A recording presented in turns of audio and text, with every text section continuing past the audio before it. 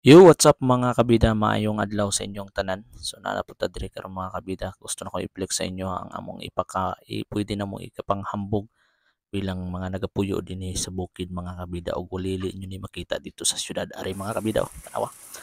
Araw, libre kayo yung tubig. Kung uhawon ka, gikan sa imong biyahe.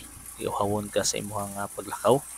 Ay libreng tubig diri mga kabida. Lami kayo, presko, bugnaw pa kayo, no? Amo na siya mga kabida.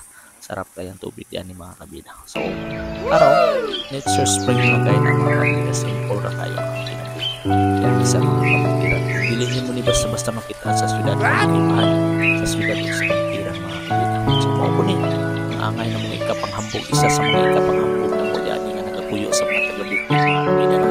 So, sa syudad, wadyo kayo makita na ni bisag-isa. Usa mga taga-syudad, ayaw din mo pang hinambog sa mga kayo naapod mo'y wala sa mga idol, no? Muna nga basta-basta kami po sabi namin panghambog sa inyo.